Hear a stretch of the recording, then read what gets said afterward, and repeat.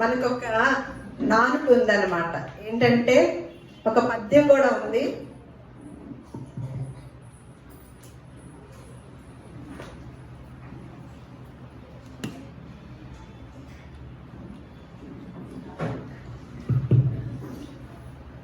పెద్ద బండలనైనా పగలగొట్టవచ్చంట, కొండలని పిండి చేయొచ్చంట, కానీ ఒక విషయం మాత్రము అసాధ్యమంట. ఏంటో చెప్పుకొని చూద్దాం. పెద్ద బండలనైనా పగలగొట్టచ్చంట, కొండలనైనా పిండి చేయొచ్చంట, ఒకటి మాత్రము అసాధ్యము. ఏంటో చెప్పాలి. ఇక్కడ క్రీస్తు ప్రార్థనా మందిరంలో అందరం మాట్లాడుకుంటాం చక్కగా. ప్రశ్నలు సమాధానాలు అన్ని మేమే వేసుకుంటాము. ఒక కుటుంబం అన్నమాట ఇది. కుటుంబం కాబట్టి కుటుంబంలో అరమరికలు ఉంటాయా, చక్కగా సరదాగాను అందరం సంతోషంగాను గడుపుతూ ఉంటాం అనమాట. ఏమన్నా అర్థమైందా నేను చెప్పిన మాట? కఠిన చిత్తుని మనసు కరిగించలేమంట, పెద్ద బండలైనా పగలగొట్టచ్చంట, కొండలనైనా పిండి చేయొచ్చంట, కానీ కఠిన చిత్తుని మనసు కరిగించలేమంట. ఆ కఠిన చిత్తుని మనస్సును కరిగించడానికి 2023 సంవత్సరాల క్రితము ప్రభు యేసుక్రీస్తు వారు వచ్చారండి. ఆయన ఏ మాటలైతే చెప్పారో ఆ మాటల ప్రకారము జీవించారు. ఏ ప్రేమనైతే చూపించారో ఆ ప్రేమనే ఆయన నమ్మిన వారు కూడా అదే ప్రేమను ఇతరుల ఎడల చూపించాలని గొప్ప మాటను తెలియజేశారు. ఏమిటంటే, నిన్ను వలె నీ పొరుగు వారిని ప్రేమించుమని. ఈ పరిశుద్ధ గ్రంథంలో ఉన్న ప్రేమను, కొన్ని సూత్రాల్ని, గొప్ప చట్టాన్ని ఎవ్వరు గుర్తించటం లేదు. కానీ ఇది ఒక మత గ్రంథంగా భావిస్తూ దాన్ని అట్టడుగున ఉంచుతూ ఉన్నారే. కానీ ప్రపంచ యావత్తు కూడా మనం ఏదైనా ఒక వ్యక్తిని ఒక దేవునిగా పూజించే మన దేవుణ్ణైనా సరే ఒక ప్రాంతానికే మనం పుట్టినరోజైనా ఏదైనా వేడుక జరిపించుకుంటాం.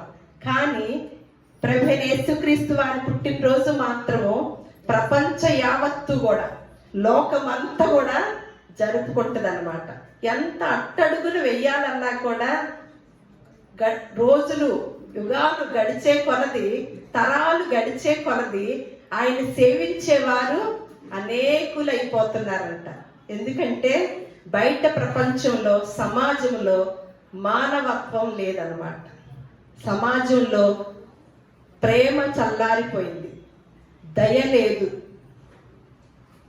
మంచి మాటలు చెప్పేవారు, మంచి సలహాలు ఇచ్చేవారు, మనలో ఎదుగుతూ ఉంటే ప్రేమించేవారు, సంతోషించేవారు చాలా తక్కువగా చూస్తాం. అటువంటి ప్రపంచ పరిస్థితుల్లో మనల్ని మంచి మార్గంలో పెట్టేవారు ఎవరండి? అటువంటి మహనీయుడు ఎవరైనా ఉన్నారా అని 2023 సంవత్సరాల క్రితం ప్రజలందరూ ఎదురు చూశారంట. అప్పుడు భూలోకానికి ఎదించాడు అన్నమాట ప్రభు యేసుక్రీస్తు వారు. మనము కొన్ని రంగాల్లో మనకు లోకంలో, ప్రపంచంలో జరుగుతున్న కొన్ని రంగాలు ఉన్నాయి.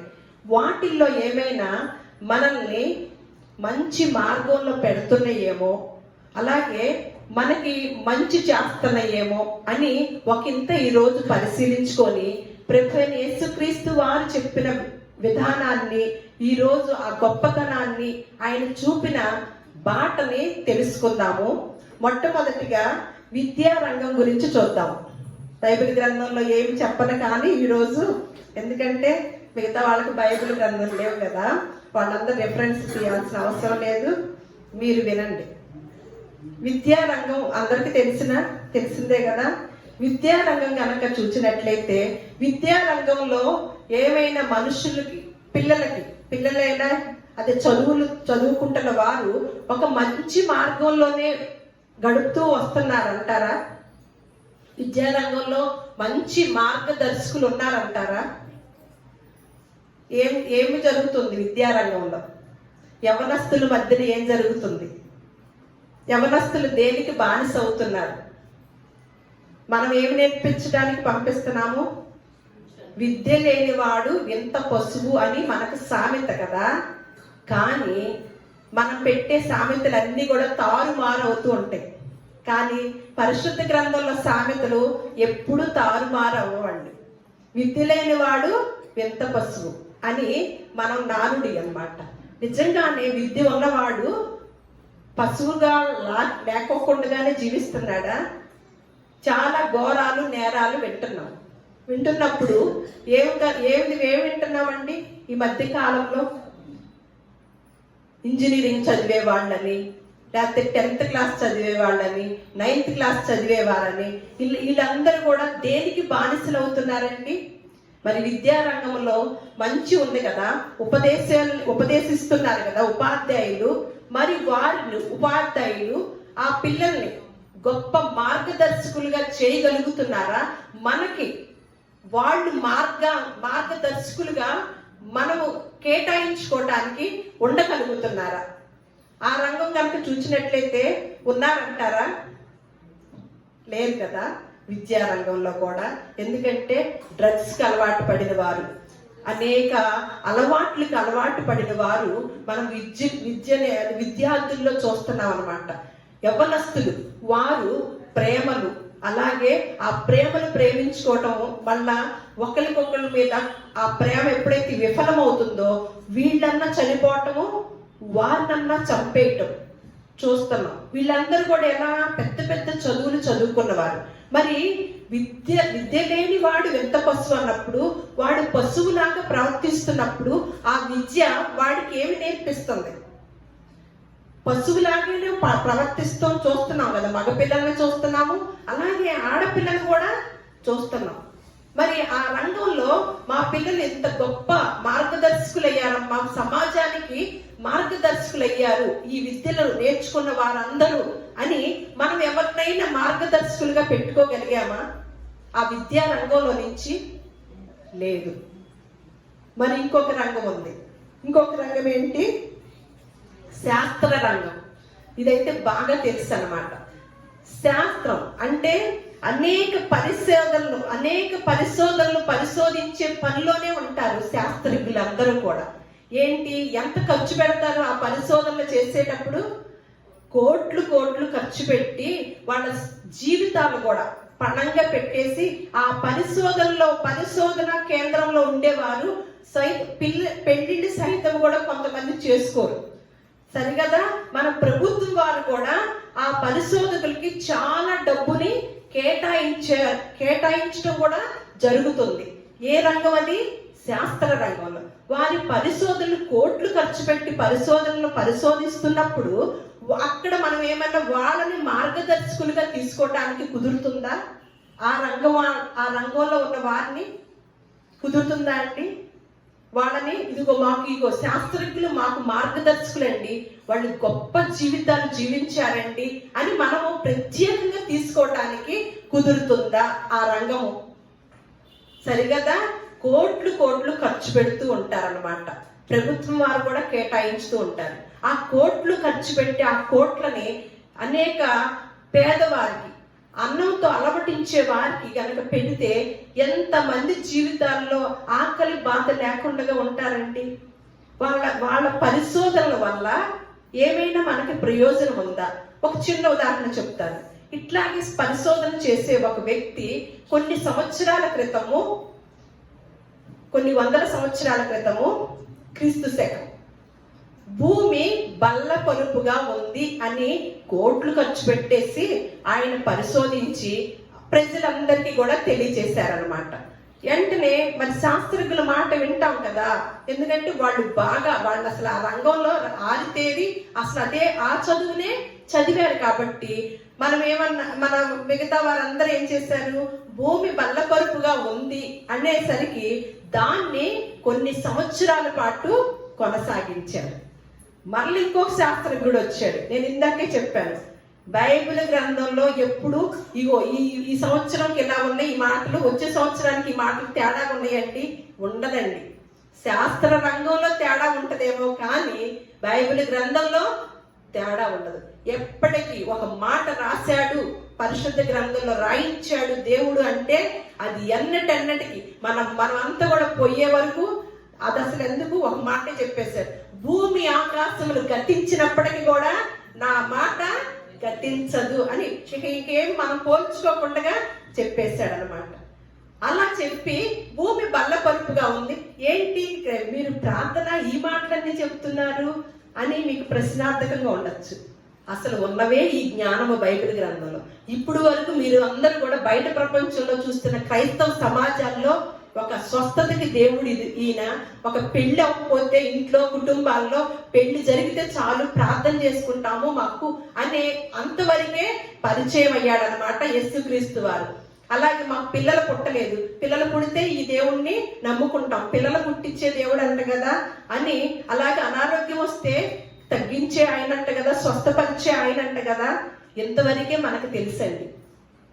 కానీ ఇంతకన్నా మించిన జ్ఞానము పరిశుద్ధ గ్రంథంలో రాయించి ఉంచాడు.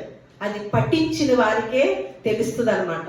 తల కింద పెట్టుకొని పడుకున్న వారికి తెలియదు. యెహోవా గ్రంథాన్ని పరిశీలించి చదవండి అని యెషయా భక్తుడు అంటా ఉంటాడు అనమాట. అయితే భూమి బల్లపరుపుగా ఉన్న మాట కొన్ని వందల సంవత్సరాలు కొనసాగింది. ఇంకొక ఆయన వచ్చాడు, లేదు లేదు లేదు భూమి బల్లపరుపుగా లేదే, భూమి గుండ్రంగా ఉంది అని చెప్పాడు. ఇప్పుడు ప్రెజెంట్ లో భూమి ఎలా ఉందండి? గుండ్రంగా ఉంది. ఆ మాట క్రీస్తుకు పూర్వం 1500 సంవత్సరాల క్రితము యోబు భక్తుడు చెప్తున్నాడు అనమాట. నరులకి నివాస యోగ్యమైన భూగోళాన్ని నేను ఉంచి ఉన్నాను అని. మేమేం పరిశోధన చేశామండి? ఏ కోట్లు ఖర్చు పెట్టాము? ఎక్కడ రాసి ఉంచాడు? క్రీస్తుకు పూర్వమే 1500 సంవత్సరాల క్రితము నరులకు నివాస యోగ్యమైన భూగోళాన్ని ఏర్పాటు చేశాడు. మనం ఈ గోళంలో తప్ప ఏ గోళంలో కూడా నరులు నివాసం చేయటానికి కుదరదు అని దేవుడు నిర్ణయించేశాడు. మరి ఇప్పుడు ప్రెజెంట్ లో ఏం జరుగుతుందండి? నేను చెప్పే ప్రతి మాట కూడా వాస్తవాలన్నమాట. మీరు తర్వాత ఎక్కడికి వెళ్ళి ఎవరిని సంప్రదించినప్పటికీ కూడా ఇందులో అవాస్తవం ఉండదు. ఏ ఏ ఏ గోళంలో కూడా మనుషులు ఉండటానికి, ఏ గ్రహాల్లో కూడా మనుషులు ఉండటానికి అవకాశం లేదు. ఒక ఈ భూగ్రహాన్ని, ఈ భూగోళాన్నే నరులకి నివాస యోగ్యంగా చక్కని అందమైన సుందరమైన వాతావరణాన్ని, ప్రకృతిని, సృష్టిని ఏర్పాటు చేశాడనమాట తన పిల్లలమైన మనకు. ఈ శాస్త్ర రంగంలో మనకేమన్నా మార్గదర్శకులు ఉన్నారంటారా? ఈ రంగంలో లేరు. ఇంకొక రంగం ఉంది, అందరికీ పరిచయమైన రంగం. ఏంటో చెప్పుకొని చూద్దాం. అసలు అది చాలా మంది ఈ మధ్య కాలంలో బాగా మనసు పెట్టేస్తున్నారు, కళ్ళన్నీ పెట్టేస్తున్నారు అనమాట. ఏ రంగం? ఏ రంగం? అది తర్వాత వద్దాం. అది అసలు పూర్తిగా ఆవరించేసింది కాదు. రంగం ప్రపంచ యావత్తు రంగం, రాజకీయ రంగం. రాజకీయాలు బాగా అప్పుడు పిల్లలకు కూడా తెలుస్తుంది. ఇదివరకు పెద్దవాళ్ళు మాత్రమే వినేవాళ్ళు. ఎందుకంటే ఇప్పుడు టీవీ పెడితే, ఫోన్ చూసినా, ఏది చూసినా అసెంబ్లీలో కొట్టుకోవటం, తిట్టుకోవటం, బూతులు మాట్లాడుకోవటం. వాడిని ఎవరండి? ముఖ్యమంత్రులు, ప్రధాన మంత్రులు, ఇంకొక శాఖకి మంత్రి, ఇంకొక శాఖకి మంత్రి. అసలు మంత్రి అంటే అర్థం ఏంటండి? మీకేమైనా అర్థం అవుతుందా? మంత్రి అంటే అసలైన అర్థం ఎవరు చెప్పారు తెలుసండి? పరిశుద్ధ గ్రంథంలో చెప్పాడు యేసుక్రీస్తు వారు. మంత్రి అంటే పరిచారకుడు, అంటే మనకు పరిచయం చేసేవాడు అనమాట. ఎవరైతే, ఏ ప్రజలైతే ఆ వ్యక్తిని గెలిపించారో ఆ ప్రజలకి ఆ వ్యక్తి, ఆ మంత్రి, ఆ శాఖలో ఉన్న వాళ్ళు మనందరికీ పని చేయాలి. పరిచారకుడు. మంత్రి అంటే పరిచారకుడు అన్నమాట. ఏ మంత్రి గెలిచాక మనకు పరిచారం చేస్తున్నారండి? అవినీతికి కేర్ ఆఫ్ అడ్రస్ ఎక్కడ? రాజకీయ రంగం. అవినీతికి కేర్ ఆఫ్ అడ్రస్ ఎక్కడ? రాజకీయ రంగం. వాళ్ళు ఎప్పుడైతే ఓట్లు కావాలో అప్పుడు మనం గుర్తుకొస్తాం. వచ్చి అడిగి తర్వాత ఏం చేస్తారు? చక్కగా వాళ్ళకున్న హోదాలో వాళ్ళకున్న కుర్చీల్లో కూర్చొని మళ్ళీ 5 సంవత్సరాలకి కనపడతారు. ఎవరిని ఉద్ధరించుతున్నారు? మనల్ని ఏమన్నా, మన సామాన్య మానవులైన మన యొక్క పరిస్థితిని ఏమన్నా గమనించుతున్నారా? మరి రాజకీయ రంగంలో మన ప్రభుత్వాన్ని పరిపాలిస్తున్న వారు మనకేమన్నా మార్గదర్శకులుగా ఉంటున్నారా? మనకేమన్నా మార్గదర్శకులుగా ఉంటున్నారా? మరి ఈ రంగం కూడా కొట్టివేయబడింది. ఈ రంగంలో కూడా మనం వెళ్ళే మార్గదర్శకులు లేరన్నమాట. ఇంకొక రంగం ఏంటి? ఇప్పుడు చెప్పారు కదా ఇందాక, సినీ రంగం, మీడియా. ఇక మీడియాకి వచ్చి సినీ రంగానికి వద్దాం. మీడియాలో వచ్చే న్యూస్ అంతా ఏం న్యూస్ అండి? లేని వార్తలు. అది క్రీస్తు పూర్వం మాట్లాడేదన్నమాట పరిశుద్ధ గ్రంథంలో. మీరు లేని వార్తల్ని పుట్టించవద్దు. క్రీస్తుకు పూర్వం పాత నిబంధన గ్రంథంలో మీడియా గురించి మాట్లాడాడు. అంటే దేవుడు భవిష్యత్ కాల జ్ఞాని అన్నమాట. భవిష్యత్తులో వీళ్ళు మీడియాలు పెట్టుకుంటారు, బాగా మీడియా ఎక్కువగా ప్రచారం అవుతుంది, బాగా టీవీలు, ఫోన్లు ప్రతి వాళ్ళ చేతిలోకే వచ్చేస్తాయి అని అది ఎరిగిన వాడే పాత నిబంధన కాలంలోనే ఏం చెప్తున్నాడు? లేని వార్తలను పుట్టించవద్దు. మీడియా ఉంటుంది. ఇదిగో మీరు డ్రింక్ తాగుతున్నారా? అదే ఇప్పుడు ఉన్నాయి కదా, స్ప్రైట్ అని, పెప్సీలని, ఇవన్నీ మనం కూల్ డ్రింక్స్ తాగుతాం కదా. తాగితే మంచిది కాదు అని చెప్పేవాడే మీడియా వాడు. మళ్ళా తాగద్దు, మీకు అనారోగ్యం వస్తుంది అని చెప్తారు. ఒక పెద్ద స్టార్ని, సినీ స్టార్ని తీసుకొచ్చేసి వెంటనే అడ్వర్టైజ్మెంట్ ఇస్తాడు. ఇదిగో మీకు ఇది ఉందా, అలసిపోయారా, ఇదిగో ఇది తాగండి. మరి ఆ మీడియా ఏం చెప్తుంది మనకి? ఇది తీసుకోవాలా, అది తీసుకోవాలా? ఒక డ్రింక్ బాటిల్ తీసుకొని వస్తాడు హీరో. ఇదిగో మీకు ఎనర్జీ కావాలా, మీకు ఇదిగో దీనిలో మీరు బలంగా వెళ్ళాలా, మీకు ఇదిగా ఉందా, వేసవకాలం ఇబ్బందిగా ఉందా, ఇదిగో ఇది తాగండి అని చెప్పి, నాకు అంతగా రావు అలా చెప్తాడు అనమాట. ఒక పక్కనేమో ఏం చెప్తాడు?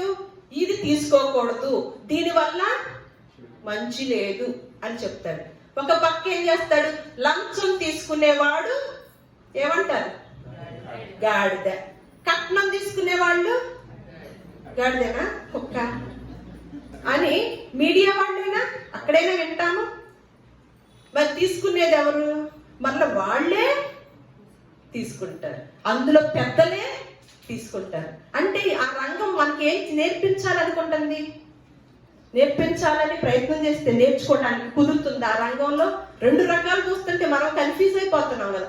ఒక వ్యక్తి మొన్న మధ్య మేము అనుకుంటున్నాం, ఒకళ్ళు ఏమన్నా బ్రాయిలర్ చికెన్ తినకూడదు అంటారు, ఒకళ్ళు ఏమన్నా తినమంటారు. అసలు ఏది తినాలి?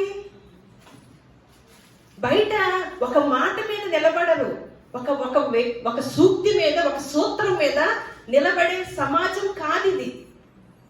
అందుకని మనల్ని కన్ఫ్యూజ్ చేస్తుంది. వారు కన్ఫ్యూజ్ లోనే ఉంటారు. వాళ్ళు కన్ఫ్యూజ్ లో ఉండబట్టి మనకు అయ్యే బోధ. అట్లయితే ఈ రంగము, ఈ మీడియా మనల్ని ఏమైనా ఉద్ధరిస్తుందా? తెల్లారులేస్తే చూసే మీడియా ఉద్ధరించుకులా. మరి సినీ ప్రపంచం, సినీ మీడియా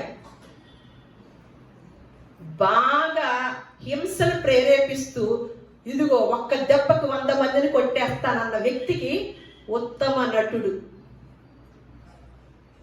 పిచ్చి పిచ్చి డ్రెస్సులు, ఆడవాళ్ళు అశ్లీలత ప్రేరేపించే డ్రెస్సులు వేసుకొని యాక్టర్స్గా యాక్ట్ చేస్తున్న వారు ఉత్తమ నటి. ఆ రంగంలో ఏమని నేర్చుకుంటున్నారు? ఎంతో మందిని బూతులతో మాట్లాడుతూ, ద్వంద్వార్థాలతో డైలాగులు వేస్తూ, ఎవరైనా ఇబ్బంది అయితే కార్లు, కత్తులు, కటార్లు తీసుకొని వెళ్ళి చూపించేసి 10 కార్లైనా పడేస్తారు. అంటే 100 మంది బయలుదేరుతారు, ఒక్కడే కొడతాడు 100 మందిని చంపేస్తాడు ఒక్కడే వచ్చేసి. అలా మనకు అవన్నీ మన యువతకి, యవ్వనస్తులకి చూపించి ఆ యవ్వనస్తులు ఏమి నేర్చుకుంటున్నారండి? ఈ సినీ ప్రభావం బాగా పడుతుంది అనమాట యవ్వనస్తుల మీద. వాళ్ళకి ఏమైనా ఆ సినిమాల వల్ల ఏమైనా మెసేజ్ తీసుకుంటున్నారా? ఏమైనా పాఠం నేర్చుకుంటున్నారా? లేదు. ఆ రంగంలో ఈ నేర్చుకునేది లేదుగా సరిగదా, ఇంకా లేని ఐడియాస్ కూడా వచ్చేస్తాయి. ఒక సినిమా ఏదో మొన్న మధ్య ఎందుకో చూస్తే మా అబ్బాయి వివరంగా కథ చెప్పాడు. బ్యాంకు దోపిడీ చేయడానికి భలే ప్లాన్ వేశారండి. మరి అదే సినిమాలో నాకు తెలియదు, నేను కావాలని తెలుసుకున్నా, నాకు ఎందుకంటే ఎప్పుడన్నా పనికి వస్తుందండి. బ్యాంకు దోపిడీ చేయటానికి ఒక 3 వ్యక్తులు, అమ్మాయి కూడా ఉంది అందులో, వాళ్ళు కలిసి ప్లాన్ వేస్తారు. ఆ ప్లాన్ ఎంత అసలు ఆశ్చర్యపరిచేటట్లుగా ఉందో ఆ దర్శకుడికి హ్యాట్స్ ఆఫ్ చెప్పచ్చు అనమాట. అంత బాగా తీశాడు. ఏం నేర్చుకుంటారండి యవనస్తులు? నెక్స్ట్ మనం కూడా ఏ బ్యాంకుకి కన్న వేద్దాం అని నేర్చుకుంటారు. మీడియా రంగం మన పిల్లల్ని పాడు చేస్తాం తెలుసండి. ఆ డ్రెస్సులు, ఫైటింగ్స్, డైలాగులు, ద్వంద్వార్థాలు ఇచ్చే డైలాగులు, ఇవన్నీ కూడా మనల్ని అడ్వర్టైజ్మెంట్ చేస్తాను అనుకుంటున్నారా? లేదు, మన జీవితాల్ని పాడు చేస్తాయి. మొన్న నేను పేపర్లో చదివానండి, సండే బుక్లో, మొన్న ఈ మధ్య కాలంలో ఒక సినిమా వచ్చిందంట. ఆ పిల్లాడు బెంగళూరులో జాబ్ చేస్తూ ఉన్నాడు, సినిమా చూశాడంటండి. వెంటనే వాళ్ళ నాన్నకు ఫోన్ చేసి, ఇదిగో నేను ఇలా తయారవటానికి నువ్వే కారణం, నేను ఈ సినిమా చూశాను, అదేంటి మృగం అంట, నేను మృగంలాగా తయారయ్యాను. ఎందుకో తెలుసా? నువ్వు ఎప్పుడన్నా నన్ను ప్రేమించావా? నువ్వు ఎప్పుడన్నా నన్ను పలకరించావా? నన్ను ప్రేమగా మాట్లాడారా? మీరు ప్రేమగా నాతో నన్ను కూర్చోబెట్టి నాలో ఉన్న బాధ ఏదన్నా అడిగారా? ఎప్పుడు ఏం చదువుతావు, ఏం తింటావు, ఏం కొంటాము, తొందర చదువు, లేకపోతే ట్యూషన్కి వెళ్ళు, లేకపోతే దీనికి వెళ్ళు, దానికి వెళ్ళు, మంచి ఉద్యోగం సంపాదించు, ఈ మాటలు తప్ప మీ నోటి వెంట నన్ను ఆదరించే మాటలు, లేకపోతే నన్ను బలపరిచే మాటలు, నన్ను కొంచెం ఓదార్చే మాటలు, ప్రేమ కలిగిన మాటలు ఎప్పుడన్నా చెప్పావా నాన్న? నాకు ఈ సినిమా చూసినప్పుడు నువ్వే గుర్తుకొచ్చావు నాన్న అని పిల్లాడు ఫోన్లో మాట్లాడుతున్నాడంటే, ఆ సినిమా చూసి ఏమి నేర్చుకున్నాడు? ఇంకా తండ్రి మీద కోపం నేర్చుకున్నాడు. తను మార్పు జరగపోగా, ఇదిగో ఆ సినిమా తీసిన వాళ్ళు కరెక్ట్గా తీశారు, నేను చిన్నప్పటి నుంచి పడుతున్న బాధ అదే నాన్న అని ఇంకా ఎత్తి చూపించాడంటే వాళ్ళ తండ్రికి. ఆ సినిమా ఏమి నేర్పుతుంది మన యవ్వనస్తులకి? సినిమాలు ఏమి నేర్పిస్తున్నాయి? ఇక సీరియల్స్, ఇక వాటిల్లో ఇక అంతే లేదు.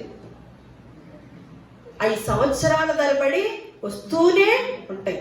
ఒక సినిమాను చూస్తే 2 గంటల్లో వచ్చేస్తాం. ఒక సీరియల్ కనుక చూస్తే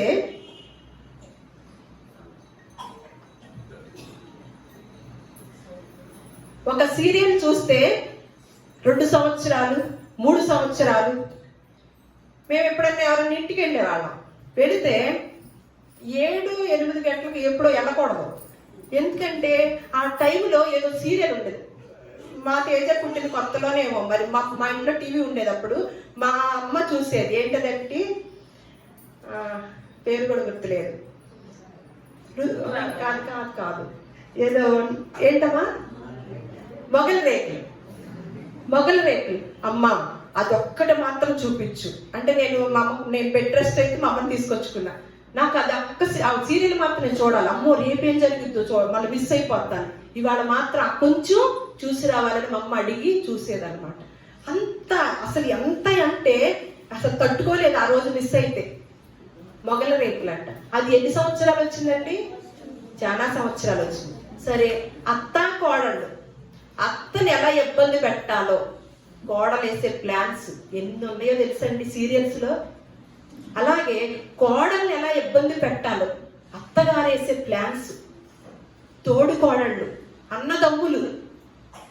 ఏం జరుగుతుంది? ఏం చూస్తున్నాం మనం? ఏం చూస్తున్నాం? కాసేపు ప్రశాంతత కోసం, మనసు ఉల్లాసంగా ఉండాలని కదా మనం టీవీ ఆన్ చేస్తాము. అక్కడేమైనా ఉల్లాసంగా ఉంటుందా? ప్రశాంతమైన మాటలు వస్తున్నాయా?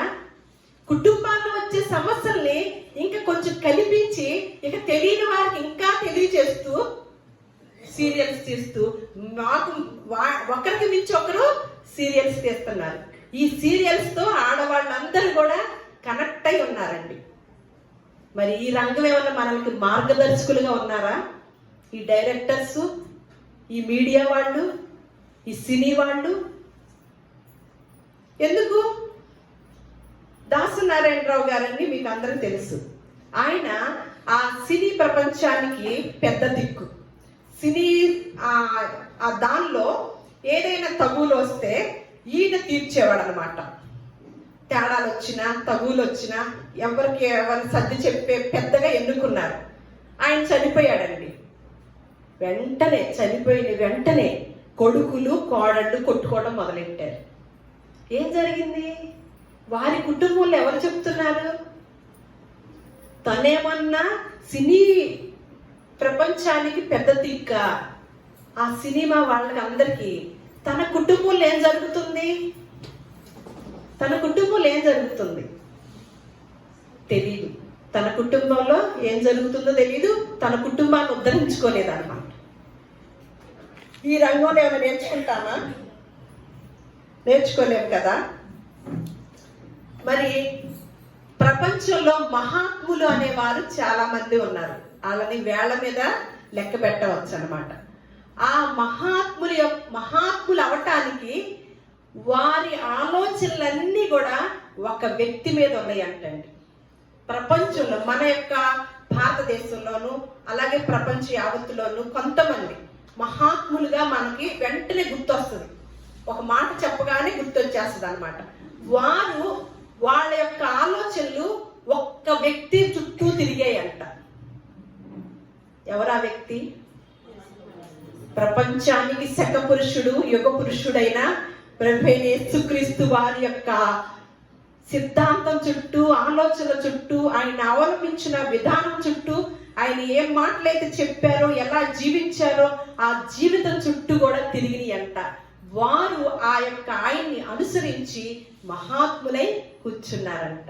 అందులో ఎవరెవరంటే గాంధీ గారు, mother Teresa, Abraham Lincoln, Nelson Mandela.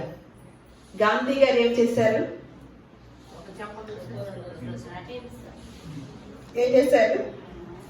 Gandhi గారు ఒక చెంప మీద కొడితే ఇంకొక చెంప కూడా చూపించి, నిన్ను హింసించు వారిని నువ్వు క్షమించు, నువ్వు ప్రేమించు. మరి ఆయన కూడా కాల్చినప్పుడు ఏమన్నాడు? వాళ్ళు చేసిన తప్పేమి లేదులే, పోనీలు వారిని క్షమించండి, నా తర్వాత వారికి శిక్ష విధించద్దు అని ఎక్కడ నేర్చుకున్నాడండి ఆ మాట? ప్రభువైన యేసుక్రీస్తు వారు అవలంబించిన విధానం అన్నమాట. ఆయన్ని హింసించినప్పుడు, తండ్రి వీరేమి చేస్తున్నారో వీరు ఎరగరు కనుక వీరిని క్షమించు అని ఆ యొక్క సిద్ధాంతాన్ని గాంధీ గారు తీసుకొని మహాత్ముడయ్యాడనమాట. మదర్ తెరీసా నిన్ను వలె నీ పొరుగు వారిని ప్రేమించు అనే ఒక్క మాటను తీసుకొని ఇప్పుడు ఆవిడెక్కడో ఇక్కడ కూడా చెప్పుకుంటున్నామా? ఆవిడికి ఎవరు మార్గదర్శకులు? యేసుక్రీస్తు వారు. అలాగే అబ్రహాం లింకన్, నెల్సన్ మండేలా సమానత్వాన్ని, పరిచారకుడై ఉండాలని వీరిద్దరు కూడా వాటిని కొనసాగించారనమాట. మనము పెద్దగా ఉండాలనుకుంటున్నామా? పెద్ద స్థాయిలో ఉండాలనుకుంటున్నామా? మనం పరిచారకులై ఉండాలి అని ఒక ఆయన అన్నాడు. ఇదిగో అందరూ సమానమే, ఇందులో ఎక్కువ తక్కువ లేదు అని ఇంకొక వ్యక్తి అన్నాడు. సమానత్వము. ఏదైనా పెద్ద హోదా కావాలంటే మనం ముందు వారికి పరిచర్య చేయాలి, పరిచారకుడై ఉండాలి అని అబ్రహాం లింకన్, నెల్సన్ మండేలా వీరు తెలియజేశారనమాట. వీళ్ళ ఆలోచనలన్నీ కూడా యేసుక్రీస్తు వారి చుట్టూ తిరగబట్టి, ఆయన్ని అనుసరించబట్టి వారు ఏమయ్యారు? వారు చనిపోయి చాలా సంవత్సరాలైంది, కానీ ఇప్పుడు కూడా చెప్పుకుంటున్నాం. మరి ఇన్ని సూత్రాలు తెలిసిన మనము ఏం చేస్తున్నాం? ఏం తెలుసుకున్నాం? ఎవరిని మార్గదర్శకులుగా పెట్టుకోవాలి? ఇప్పుడు ఈ రంగాలన్నీ చూశారు. ఎవరిని మనం మార్గదర్శకులుగా పెట్టుకోవాలి?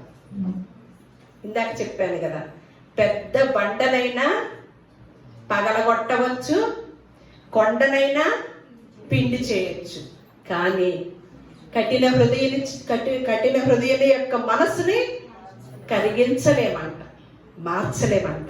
కానీ అది చేయటానికే వచ్చాడు ప్రభువైన యేసుక్రీస్తు వారు. అందుకనే లూకా సువార్తలో జక్కయ్య అనే వ్యక్తి ఉండేవాడు. ఆయన ఏం చేసేవాడంటే అందరి దగ్గర కూడా బాగా పన్ను వసూలు చేస్తూ, లంచాలు వసూలు చేస్తూ అన్యాయస్తుడుగా ఉన్నాడనమాట. ఒకసారి లూకా సువార్త 19వ అధ్యాయము చూద్దాము. అందరు తీరియమ్మా, కొంతమంది తీరి. మొదటి నుంచి 5 వచనాలు చదువుకుందాము. లూకా సువార్త. ఆయన సంచరించుచు ఎరికో పట్టణంలో ప్రవేశించి దాని గుండా పోవుచుండెను. ఇదిగో సుంకపు గుర్తుదారుడును ధనవంతుడునైన జక్కయ్య అను పేరు గల ఒకడు యేసు ఎవరో అని చూడగోరెను గాని పొట్టివాడైనందున జనులు గుంపు కూడి ఇండుట వలన చూడలేకపోయిను. అప్పుడు యేసు ఆ త్రోవను రానైందని గనుక అతడు ముందుగా పరిగెత్తి ఆయన చూచుటకు ఒక మేడి చెట్టు ఎక్కెను. యేసు ఆ చోటికి వచ్చినప్పుడు కన్నులెత్తి చూచి, జక్కయ్య, త్వరగా దిగుము, నేడు నేను నీ ఇంట నుండవలసి ఉన్నదని అతనితో చెప్పగా అతడు త్వరగా దిగి సంతోషంతో ఆయన్ను చేర్చుకొనెను. అందరూ అది చూచి ఈయన పాపి అయిన మనిషిని యొద్ద బస చేయ వెళ్ళనని చాలా సడుగుకొనేను. జక్కయ్య నిలువబడి, ఇదిగో ప్రభువా, నా ఆస్తిలో సగము బేదలకిచ్చుచున్నాను. నేనెవని యొద్దనైనను అన్యాయముగా దేనినైనను తీసుకునే ఎడల అతనికి 4 గంతలు మరలా చెల్లించునని ప్రభువుతో చెప్పాను. అందుకు యేసు, ఇతడును అబ్రహాము కుమారుడే, ఎందుకనగా నేడు ఈ ఇంటికి రక్షణ వచ్చి ఉన్నది. అంతవరకేనండి. ఇక్కడ ఏం చేస్తున్నాడంట, అన్యాయంగా వసూలు చేసే ఒక వ్యక్తి తన పనిలో తను ఉంటూ ఉన్నాడు. కానీ ప్రభువైన యేసుక్రీస్తు వారు అనేక చోట్లకు వెళుతూ మంచి మాటలు చెప్తూ ఉండేవాడు అనమాట. అవి ఉంటంటే చాలా మంది తండోపతండాలుగా వెళుతూ ఉన్నప్పుడు ఆయన ఒక మాట అంటాడు. కొంతమంది అంటారు ఆయన దయగల మాటల కంట చాలా మంది ప్రభావితులయ్యి ఆయన వెంట వెళుతూ ఉండేవారంట. ఆ మాటని ఆ నోట ఈ నోట జక్కయ్య గారు విన్నారు. ఈయన పని ఏంటి, అన్యాయంగా వసూలు చేయటము. మరి అన్యాయంగా వసూలు చేస్తే మించి కుటుంబాలు ఇబ్బందులు పడతాయి కదా, అలా కుటుంబాన్ని ఇబ్బంది పెట్టే వ్యక్తిత్వం కలిగిన జక్కయ్య అన్నమాట. ఈ జక్కయ్య ఆ నోట ఈ నోట విని ఏంటో యేసుక్రీస్తు వారు వచ్చారంట ఈ పట్టణానికి, ఆయన చూడాలి అని పొట్టిగా ఉంటాడనమాట. ఆ పొట్టిగా ఉండటం వల్ల మేడి చెట్టు ఎక్కి చెట్టల్లా ఎక్కల్లా ఆ యేసు ప్రభు వారిని చూద్దామని ఎక్కాడనమాట. మరి ఆయనకి తెలియదంటూ ఏదన్నా ఉందా? ఎందుకంటే కలిగి ఉన్నది ఏదియూ ఆయన లేకుండా కలగలేదు. హృదయంతరంగములేను హృదయాన్ని పరిశోధించేవాడు దేవుడు. మన హృదయంలో ఏ ఆలోచన అయితే వచ్చిందో దానికి రాకముందే తెలుసుకున్నవాడు ఒక శక్తిమంతుడైన దేవుడు అన్నమాట. అంటే జక్కయ్య హృదయంలో ఏ ఆలోచన అయితే కలిగి ఉన్నాడో, ఎలా ఆతృత పడుతూ చూడాలని అనుకున్నాడో అది వెంటనే ఎవరు గుర్తించారండి? ఎక్కడో ఉన్నా ఆయన కింద ఉన్నాడు, ఈయన ఏమన్నా చెట్టు ఎక్కాడు అనమాట జక్కయ్య గారు, యేసుక్రీస్తు వారిని చూద్దామని. ఇది ఎవరు గుర్తించారు? బోధ చేసుకుంటూ ఉన్నాడు కదా, ఎవరో ఇంతమంది బాగా జన సమూహం వచ్చినప్పుడు ఒక వ్యక్తి ఎక్కడో చెట్టు మీద ఉన్న వ్యక్తి గుర్తుకొస్తాడా? కనపడతాడా? కనపడడు కదా. కానీ మరి దైవ కుమారుడు కదా, దేవునికి మరుగైనది మనమైతే ఇప్పుడు మన లోపల ఉన్న ఆలోచనలు ఎదుటి మనిషికి తెలియకపోవచ్చు, కుటుంబ సభ్యులకి తెలియకపోవచ్చు, కానీ దేవుడికి మాత్రము తెలుస్తుందండి. అందుకనే మనం అన్నిటికీ భయపడతాము తెలివి తక్కువతో.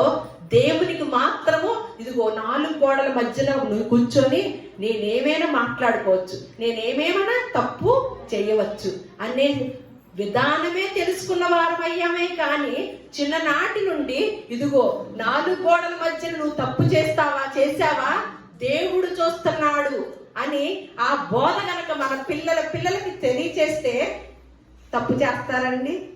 మనకేం తెలుసు? అమ్మ జాగ్రత్త, అమ్మ బయటికి వెళ్తున్నావా, అదిగో ఏమన్నా ఉంటాయి, రాత్రిపూట వెళ్తున్నావా, పురుగు పుట్ర ఉంటది, ఈ చెప్తాం.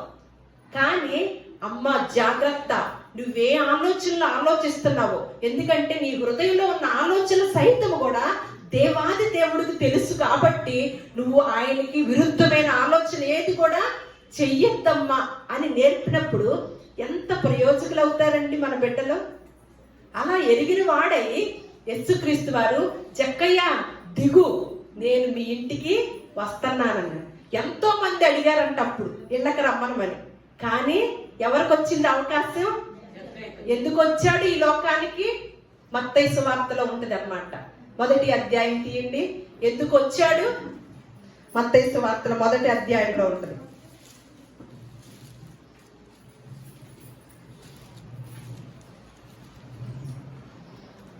చిన్న చదువుకున్న మాట.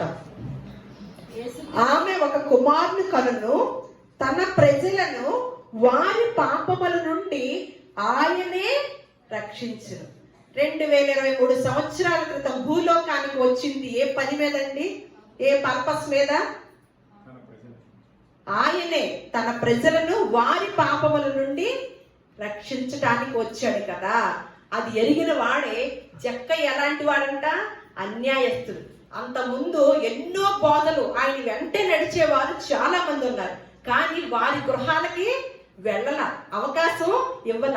అసలు ఈయన ఊరికి ఎవరో అని చూడటానికి చెట్టెక్కి దూరంగా చూస్తున్న వ్యక్తిని ఎవరు గమనించారు? ఎందుకు గమనించాడు? తన్ని మార్చాలనుకున్నాడు.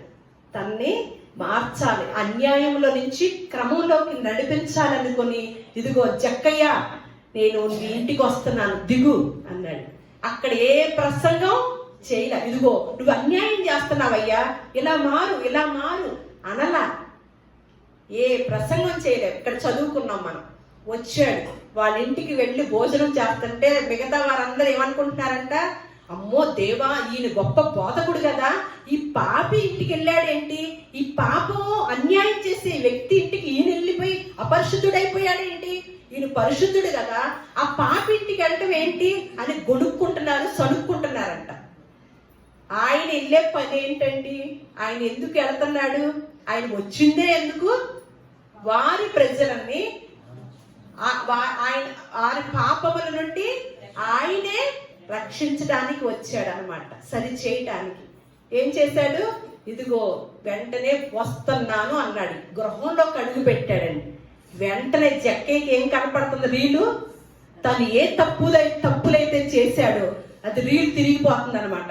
అని తిరిగి, అమ్మో నేను ఫలానా వాళ్ళ దగ్గర ఒకటే తీసుకోవాల్సి 4 తీసుకున్నాను, ఇలా అన్యాయం చేశాను కదా అని వెంటనే ఈయన దివ్య దర్శనం, ఈయన పాదము ఆ గృహంలో పడగానే ఆయన ప్రసంగం చేయలే, కానీ ఆయన జీవించిన విధానము ఆ మనిషిని ఏం చేసిందండి?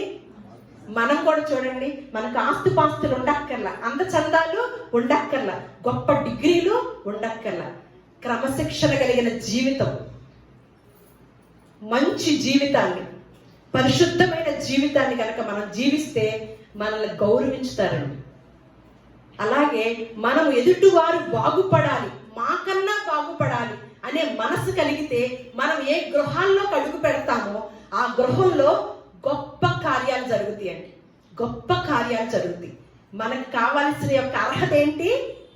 క్రమశిక్ష కలిగిన జీవితము, మంచి మనసు, ఎదుటి వారిని ప్రేమించి మనకన్నా నాకన్నా వారు గొప్పగా ఉండాలనే ఆశీర్వాదాన్ని ఆస్వాదించినండి. తప్పకుండా మీరు చేసిన ప్రార్థన గొప్ప కార్యాలను చూస్తామన్నమాట. అక్కడ మనం ఎప్పుడు జరగట్లేదంటే ఏంటి? ఇదిగో వాళ్ళు బాగున్నారు, అమ్మో నేను బాగోలేదు, నేను వాళ్ళకన్నా ఎక్కువ అవ్వాలి అనే మనకి ఎలాంటి ఆశలు ఉంటే ఆలోచనలు ఇవి కదా. అమ్మో వాళ్ళని ఆశీర్వదిస్తే బాగా ఆశీర్వాదం వచ్చేస్తుందేమో, తక్కువే ఆశీర్వదించొద్దు. ఎందుకంటే మీ నోటి వల్ల వాళ్ళకి ఆశీర్వాదం వచ్చింది అని అంటే ఈ నోటిని ఎంత చక్కగా ఉపయోగిస్తారు చెప్పండి? బాగా ఉపయోగిస్తారా? చాలా జాగ్రత్తగా మనకు కావాల్సిన వాళ్ళకి ఉపయోగిస్తారా? దేవుడు ఇచ్చాడు, మీ నోటితో ఎవరిని ఆశీర్వదిస్తే వాళ్ళు మీకన్నా ఎక్కువ ఆశీర్వాదం పొందుకుంటారు అని ఒక మాట సెలవిచ్చాడు.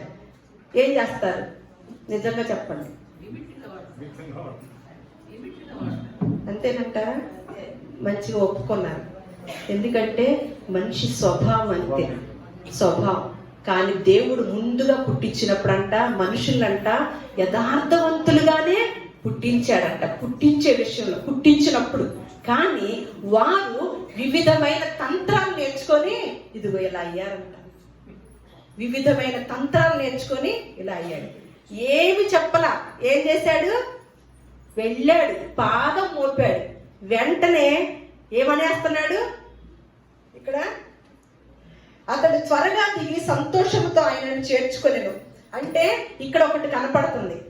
ఏంటి ప్రభు, నేనేదో చూడటానికి వచ్చాను కానీ మా ఇంటికి రావడానికి, మా ఇంటికి తీసుకెళ్ళటానికి కాదయ్యా అని వెళ్ళిపోతే ఏమైపోయాడు? చాలా మంది అనుకుంటారు, అమ్మో అక్కడికి వెళ్తే మతంలో దించేస్తారేమో, లేకపోతే ఇంకొకటేమో ఏదో అప్పుడప్పుడు వెళ్తా ఉండే, అంతే తప్ప అమ్మో అవన్నీ మనకు కుదరదు. ఏం అక్కర్లేదండి, ఇందులో మంచి సూత్రాలే ఉన్నాయండి. ఎవరు మతం తీసుకోవాల్సిన అవసరం లేదండి. గొప్ప మార్గం అన్నమాట. ఏమంటున్నాడు? సంతోషంగా చేర్చుకున్నాడంట. ఇదిగో అది అందరూ అది చూసి ఈయన పాపి అయిన మనుషుని యొక్క బస చేయి వెళ్ళినని చాలా సలుగుకొన్నారంట. జక్కయ్య నిలబడి ఇంకేం చేయలే, ఇదిగో ప్రభువా నా ఆస్తుల సగము పేదలకు ఇస్తున్నాను, నేనెవరి వద్దనైనా అన్యాయంగా దేనినైనా తీసుకుని ఎడల అతనికి 4 అంతలు ఇస్తున్నాను. ఏమి చెప్పలా, టకటక తనలోనే మార్పు కలిగిందనమాట. వెంటనే దేవుడి నుంచి ఆశీర్వాదం పొందుకున్నాడు. మనమైతే ఎన్ని సంవత్సరాలు లాగి పీకి ప్రార్థన చేసి అవి చేసి ఈ చేసి పాదాల మీద పడిపోయి ఏడ్చి మొత్తుకొని ఇది జరిగిద్దా, ఇది జరగదా, ఈ సమస్య తీరిద్దా, ఎంతసేపు పట్టింది? ఇక్కడ క్షణం. ఆయన దివ్యమైన దర్శనం పొందుకోగానే ఏమంటున్నాడు? అన్ని ఇచ్చేసాడంట. ఒకరి దగ్గర తీసి 400 ఇచ్చేసాడంట. వాళ్ళ దగ్గర తీసుకున్నాడు బెటర్ కదా, ఆ సమయంలో మనం ఉంటే బాగుంది. అలా ఇచ్చేసాడంటండి. వెంటనే ఏమన్నాడు? నేడు నీ ఇంటికి రక్షణ వచ్చింది. రక్షణ అంటే కావలి, రక్షణ వలయం. అది అందరికీ దక్కదు. అది ఎవరైతే ఆయన విశ్వసించుతారో వారికి మాత్రమే దక్కుతుంది అనమాట. ఎప్పుడైతే ఆయన ఆహ్వానించాడో జక్కయ్య ఆ ఆశీర్వాదాన్ని దేవుడు అనుగ్రహించాడనమాట. ఇంకొక వ్యక్తి, ఇంకొక పురుషుని చూపించాం కదా, ఇంకొక స్త్రీ. మనం ముందు నేర్చుకున్న వాటిలో ఎవరి దగ్గర కూడా మనం ఒక మార్గదర్శకులుగా తీసుకోవడానికి ఏ రంగం కూడా ప్రపంచంలో లేదని మనం ముందుగా మాట్లాడుకున్నాం కదా. ఈ రంగంలో ఈ మార్గదర్శకుడు ఏం చేశాడో, ఏం చేస్తున్నాడో ఇంకొక స్త్రీ గురించి అన్నమాట. యోహాను రాసిన సువార్త 8వ అధ్యాయము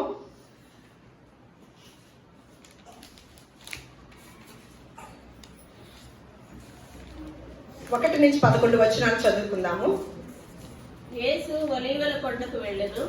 తెల్లవారుగానే యేసు తిరిగి దేవాలయంలోనికి రాగా ప్రజలందరూ ఆయన వద్దకు వచ్చిరు గనుక ఆయన కూర్చుండి వారికి బోధించుచుండెను.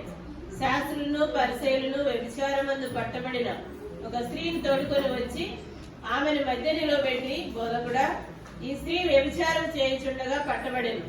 అట్టి వారిని రాళ్లు రువ్వి చంపవలెనని ధర్మశాస్త్రంలో మోషే మనకు ఆజ్ఞాపించను కదా, ఆయనను నీవేమి చెప్పుచున్నావని ఆయన అడిగిరి. ఆయన మీద నేరము మోపవలెనని ఆయన్ను శోధించుచు ఈలాగున అడిగిరి. అయితే యేసు వంగి నేల మీద వ్రేలితో ఏమో వ్రాయిచుండెను. వారాయన్ను పట్టు వదలక అడుగుచుండగా ఆయన తల ఎత్తి చూచి, సరే నేను క్లుప్తంగా చెప్తాను, సమయం కాదు, ఆ టైం అయిపోతుంది కాబట్టి. యేసు ప్రభు వారి కాలంలో స్త్రీలు ఎవరైనా వ్యభిచారం కనుక చేసినట్లయితే ఆ ప్రాంతంలో ఒక శిక్ష ఉంటది. ఏంటంటే వ్యభిచారం చేసిన స్త్రీలని ఊరు బయటికి తీసుకెళ్లి బహిష్కరణ అన్నమాట. అది దాంతో కాకుండా రాళ్లతో కొట్టి చంపవలి, రాళ్లతో కొట్టి చంపాలి, రాళ్లతో కొట్టేయాలి. ఇక చంపడం అనేది కాదు, రాళ్లతో కొట్టేయాలన్నమాట. అటువంటి శిక్ష అమల్లో ఉండేదన్నమాట. అలా ఉన్నప్పుడు ఒక స్త్రీ వ్యభిచారం ద్వారా పట్టబడిన స్త్రీని యేసుక్రీస్తు వారి దగ్గరికి తీసుకొచ్చారనమాట. ఎందుకు తీసుకొచ్చారు అంటే ఆయన పాపుల్ని ప్రేమించడానికి వచ్చాడు. నిన్ను వల్లే నీ పొరుగువారిని ప్రేమించాలి, నీ శత్రువును కూడా ప్రేమించాలి, ఎవరిని కూడా ఇబ్బంది పెట్టకూడదు అనే మాటలు చెప్తూ ఉండటం వల్ల ఈ వ్యక్తి తప్పు చేసింది కదా, ఈ తప్పు చేసిన వ్యక్తిని క్షమిస్తాడో లేకపోతే శిక్షిస్తాడో చూద్దాం అని ఆయన్ని ఇబ్బంది పెట్టాలని కొంతమంది పెద్దలు, ఆ దినాల్లో ఉన్న పెద్దలు ఆ స్త్రీని ఆయన ముందుకు తీసుకొచ్చి పెట్టారంట. తీసుకొచ్చి పెట్టినప్పుడు, ఇదిగో బోధకుడా, ఈవిడ ఈ పని చేసింది కాబట్టి నువ్వైతే ఏ శిక్ష విధిస్తావు అని అడిగారంట. అడిగినప్పుడు మీలో ఎవరైతే పాపము చేయకుండా ఉన్నారో వారు వచ్చి మొదట రాయి వేయమన్నారంట. వీరు ఊహించినట్లుగా సమాధానం రాలేదు. ఏమంటున్నాడు? మీలో ఎవరైతే పాపము చేయకుండా ఉన్నారో వారు వచ్చి మొదటగా రాయి వేయమన్నారంట. వీళ్ళకి కన్ఫ్యూజ్ లో పడ్డారంట. అంతకు ముందు బోధ ఏంటంటే, మనం పాపం అంటే ఒక స్త్రీ వ్యభిచారం చేస్తేనే పాపము, అలాగే హంతకుడు అంటే ఒక వ్యక్తిని చంపితేనే హంతకుడు, మనకు తెలిసిన చట్టం అన్నమాట.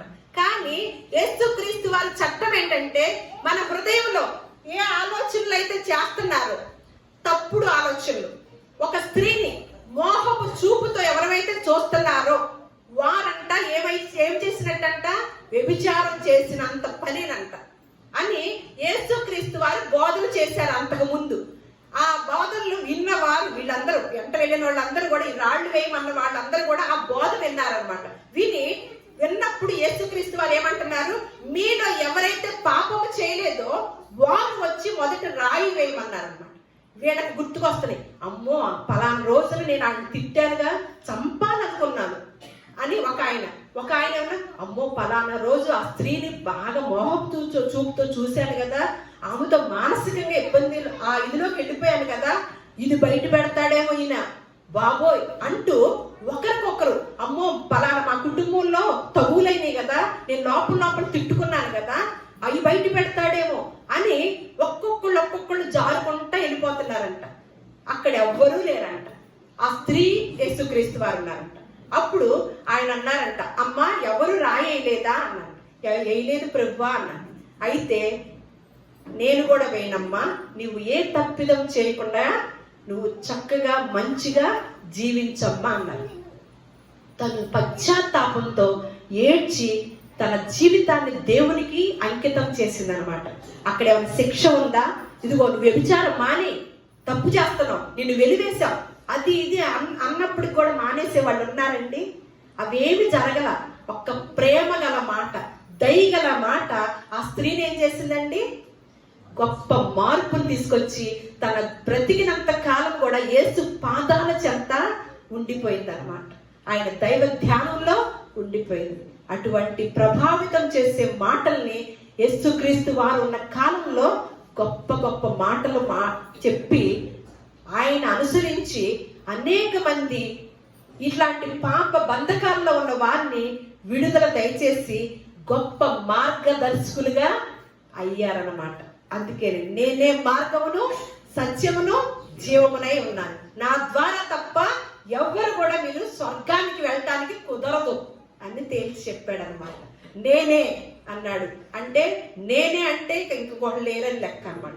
పరిశుద్ధ గ్రంథము అచ్చు యంత్రం కనిపెట్టగానే మొట్టమొదట అచ్చు ఎత్తించిన గ్రంథం ఏదైనా ఉందంటే పరిశుద్ధ గ్రంథం. నేను ముందే చెప్పాను, నేనే మాట మాట్లాడుతున్నప్పటికీ చరిత్రలో ఉన్న మాటనే నేను చెప్తున్నాను. అనగనగా ఒక రాజు, అనగనగా ఒక దేవుడు అని నేను చెప్పటం లేదండి.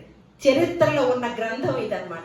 అచ్చు యంత్రం కనుక్కోగానే మొట్టమొదట అచ్చు ఎత్తించిన గ్రంథము పరిశుద్ధ గ్రంథం. అలాగే గ్రంథాలు బాగా అమ్ముడుపోయిన గ్రంథాల్లో కూడా మొట్టమొదటి గ్రంథం ఏదైనా ఉందంటే పరిశుద్ధ గ్రంథం. ఇది గ్రంథరాజ సుగంధం, రాజముద్ర అన్నమాట. ఇందులో గొప్ప చట్టాలు ఉన్నాయి, గొప్ప సూత్రాలు ఉన్నాయి, గొప్ప సూక్తులు ఉన్నాయి అన్నమాట. అవి తీసుకున్న వారికి కుటుంబంలో సమస్యలు వస్తాయి, కానీ దానిలో కూడా ప్రశాంతత, ఆనందం, నిబ్బరము, ధైర్యము దేవుడు అనుగ్రహిస్తాడు ఆయన మాట ద్వారా. ఈ మాటలన్నీ కూడా మన హృదయాల్లో ఫలింప చేయనుగాక. దేవుడు మిమ్మల్ని అందరినీ కూడా ఆశీర్వదించునుగాక. మీరందరూ ఓపికగా విన్నందుకు మీ అందరికీ కూడా హృదయపూర్వకమైన వందనాలు తెలియజేస్తూ మిమ్మల్ని